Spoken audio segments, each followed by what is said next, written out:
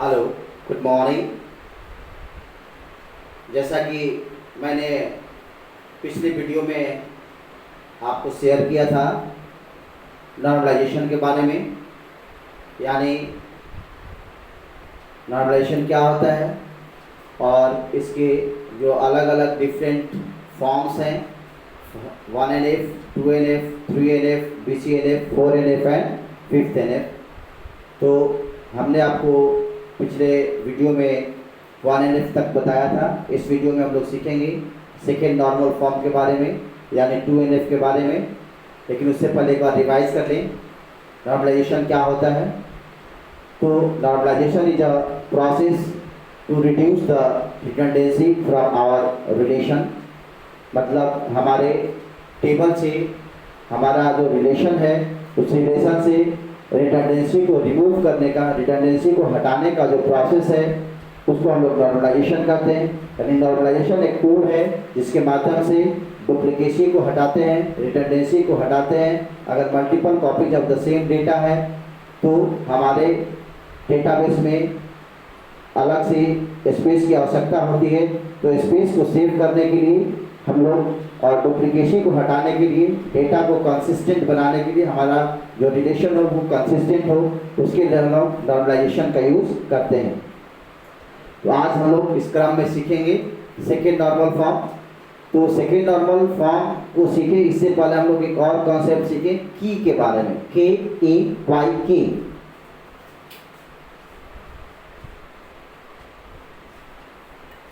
KAYK।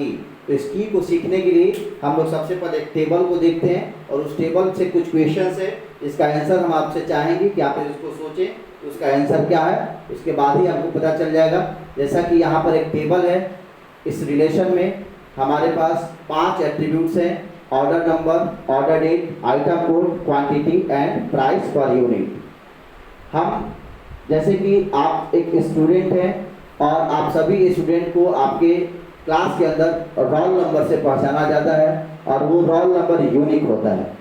Unique मतलब आपके class में, एक ही क्लास में किसी और बच्चे का एक ही रोल नंबर नहीं हो सकता है, यानी वो रोल नंबर आपका की के रूप में काम करता है। जैसे रोल नंबर 1 तो कोई पार्टिकुलर इंडिविजुअल के बारे में बताता है, रोल नंबर 1 2 व्यक्ति नहीं हो सकते हैं।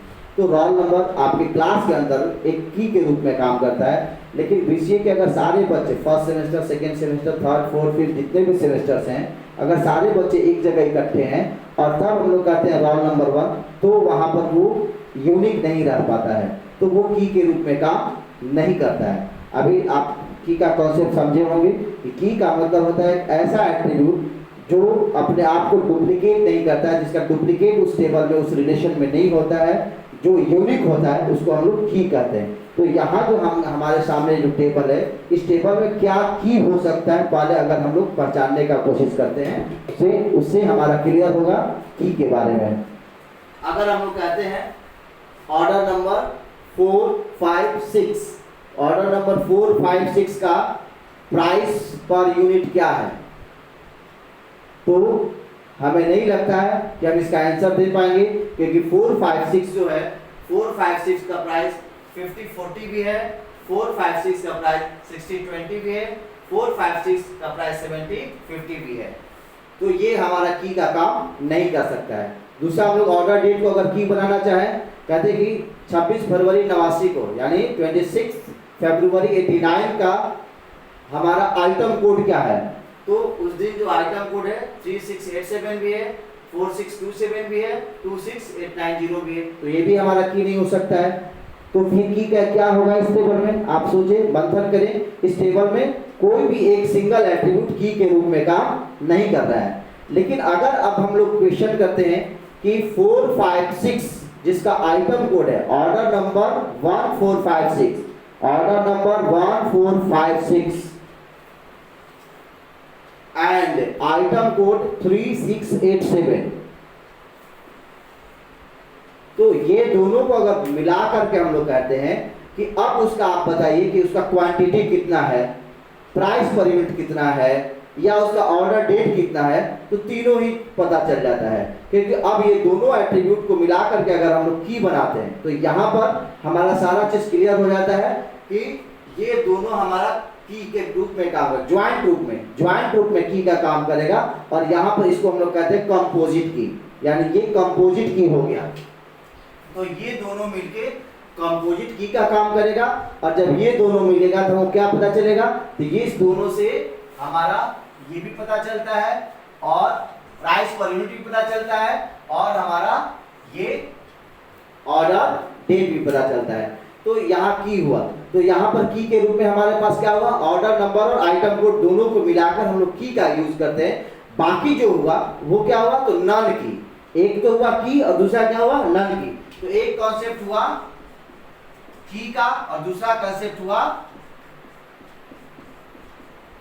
नन की का।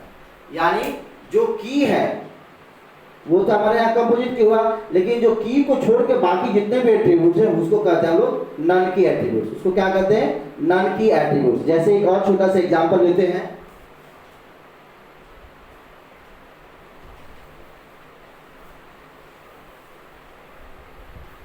अगर एक हम लोग टेबल ड्रॉ करें और इस टेबल में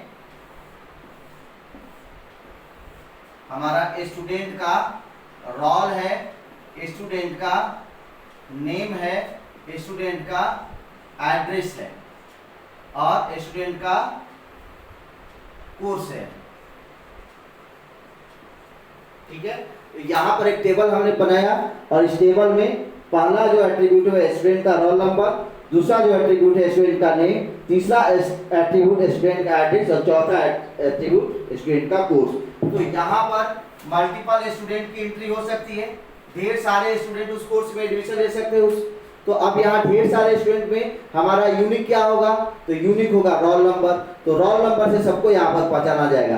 तो इस टेबल में की के रूप में रोल नंबर काम करेगा और बाकी जितने भी हैं स्टूडेंट का नेम, स्टूडेंट का एड्रेस और कोर्स, वो क्या हो सकता है, तो वो हमारा नन की एट्रीब्यूट्स है। कुछ कंडीशन में आप कह सकते हैं कि स्टूडेंट का एड्रेस जो है वो भी मैच नहीं करता है, तो वो हमारा की हो सकता है। लेकिन नहीं, ऐसा नहीं हो सकता है, क्योंकि हो सकता है कि एक ही घर के दो बच्चे आपके महाविद्यालय में एडमिशन लिए हो, आपके कोर्स में एडमिशन लिए हो, तो दोनों का एड्रेस सेम होगा, इसलिए वो भी हमारा की के रूप में काम नहीं कर सकता है। तो ये हुआ की और बाकी सब हुए नन की एट्रीब्यूट्स। तो आप देखते हैं हम लोग सेकेंड नॉर्मल फॉर्म को, कि सेकेंड नॉर्मल फॉर्म किसे कहते हैं।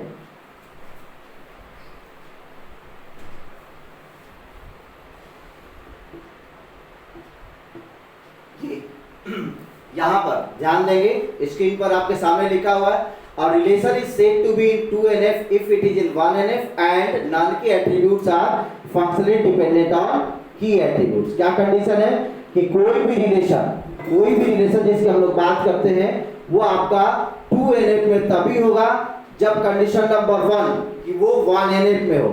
और 1NF का क्या कंडीशन था, सॉरी, जितने भी हमारे इंफॉर्मेशन है वो प्रत्येक सेल में होने चाहिए, प्रत्येक रो और कॉलम्स में होने चाहिए, प्रत्येक एट्रीब्यूट्स के सामने प्रत्येक हमारे रो में इंफॉर्मेशन होना चाहिए, यानी हमारा इंफॉर्मेशन एटॉमिक होना चाहिए, लिस्ट ऑफ आइटम या ग्रुप ऑफ आइटम को रिप्रेजेंट नहीं करना चाहिए। जैसा कि ऊपर के एग्जांपल में हम लोग देख सकते हैं, इसमें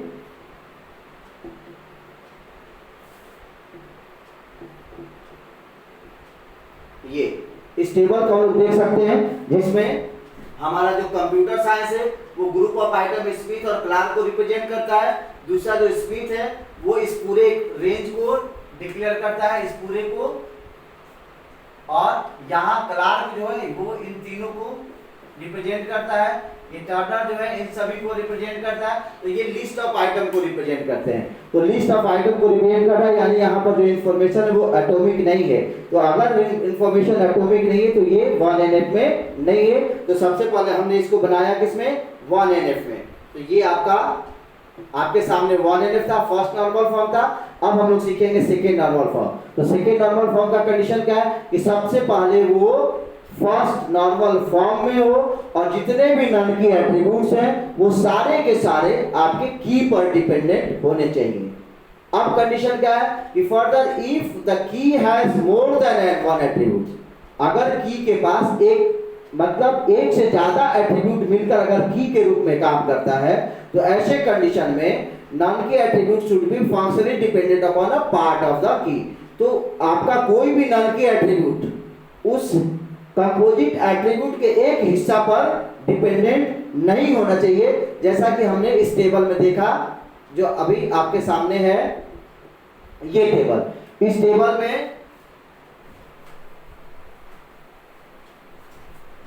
हमारे पास कंपोजिट की है, यानी ऑर्डर नंबर और आइटम कोड दोनों को जब मिलाते हैं तो वो हमारा की का काम करता है।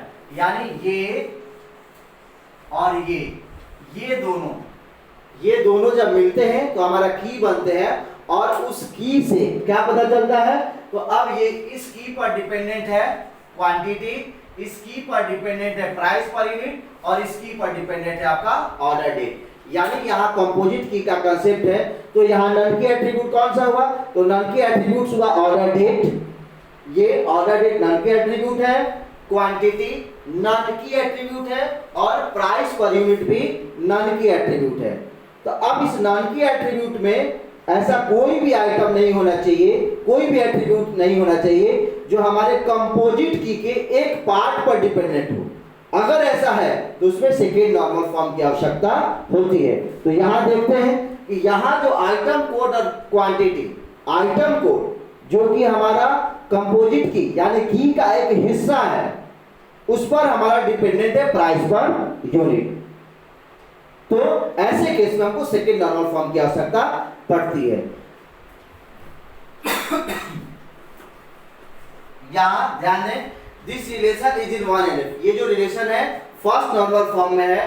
द की इज, की क्या है, तो ऑर्डर नंबर और आइटम कोड, यानी ऑर्डर नंबर और आइटम कोड जब दोनों को मिलाते हैं तो वो हमारा की के रूप में काम करता है।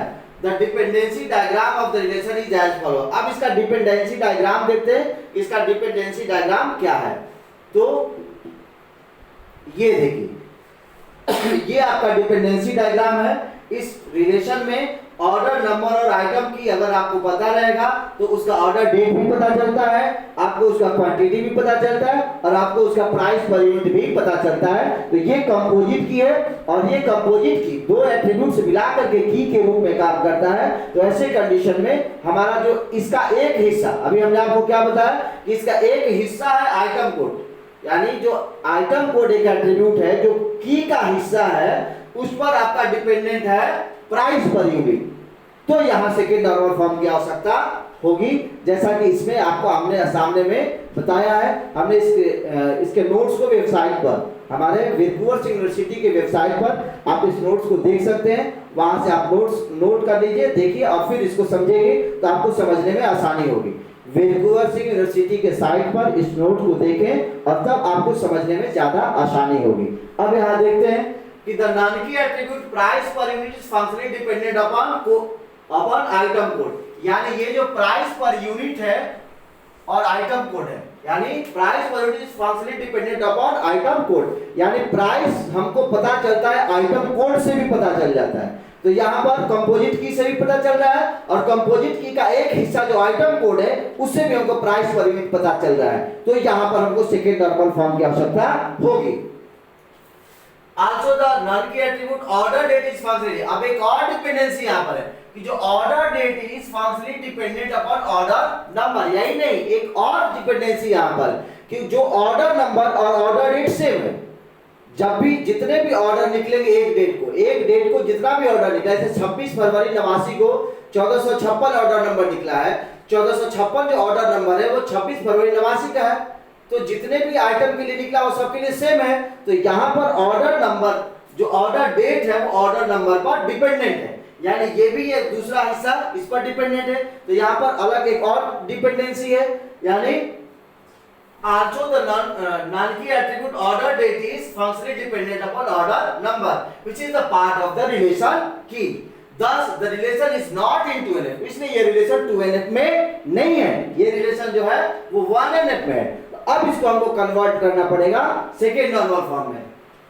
It can be transferred to 2NF by splitting it into 3 relations as shown in the following figure. इस रिलेशन को तीन पार्ट में डिवाइड करेंगे। यहाँ पर डुप्लीकेसी हो रहा है। कैसे डुप्लीकेसी हो रहा है, तो हमारा आइटम कोड जो है बार बार लिख रहे हैं, और बार बार जितनी बार आइटम कोड आ रहा है उसका प्राइस और यूनिट वही है। तो यहाँ पर महज कितने डाटा है, तो 1 2 3 4 5 और 6 डेटा है। 6 डेटा में ये 3 टाइम्स रिपीटेशन है। अगर हमारा टेबल में जो रिलेशन है, रिलेशन में हमारा एक डेटा जो है वो केवल 6 टपल्स है, टोटल 6 रोज है, तो यानी 6 ही इंफॉर्मेशन है। 6 इंफॉर्मेशन में डेटा 3 टाइम्स रिपीट कर रहा है। तो आप मान लो कि इसमें 1 लाख डेटा होते, मोर देन 1 लाख डेटा होते, तो कितनी बार रिपीटेशन होता, तो हमारा मेमोरी का वेस्टेज होता। तो इसको हम लोग बचाने के लिए इस टेबल को स्प्लिट करते हैं और इस टेबल को हम 3 पार्ट्स में डिवाइड कर दिया, ऑर्डर, ऑर्डर डिटेल और प्राइस पर प्राइस। अब इसमें क्या हुआ कि अब इसमें हम लोग प्राइस देख रहे हैं कि हमने आइटम कोड और प्राइस को अलग कर दिया। तो आइटम कोड और प्राइस को अगर हमने अलग कर दिया तो अब इसका कोई असर नहीं पड़ने वाला है, ये अलग टेबल हो गया। बार बार इस प्राइस पर यूनिट को किसी भी टेबल में लिखने की आवश्यकता नहीं है। तो इस तरह से हम लोग अपने इस टेबल के अंदर से, इस रिलेशन से इसके डिपेंडेंसी को खत्म कर सकते हैं। तो ये हुआ आज का टॉपिक, सेकेंड नॉर्मल फॉर्म। अगले टॉपिक में हम लोग सीखेंगे 3NF, third normal form. Have a nice day, thank you.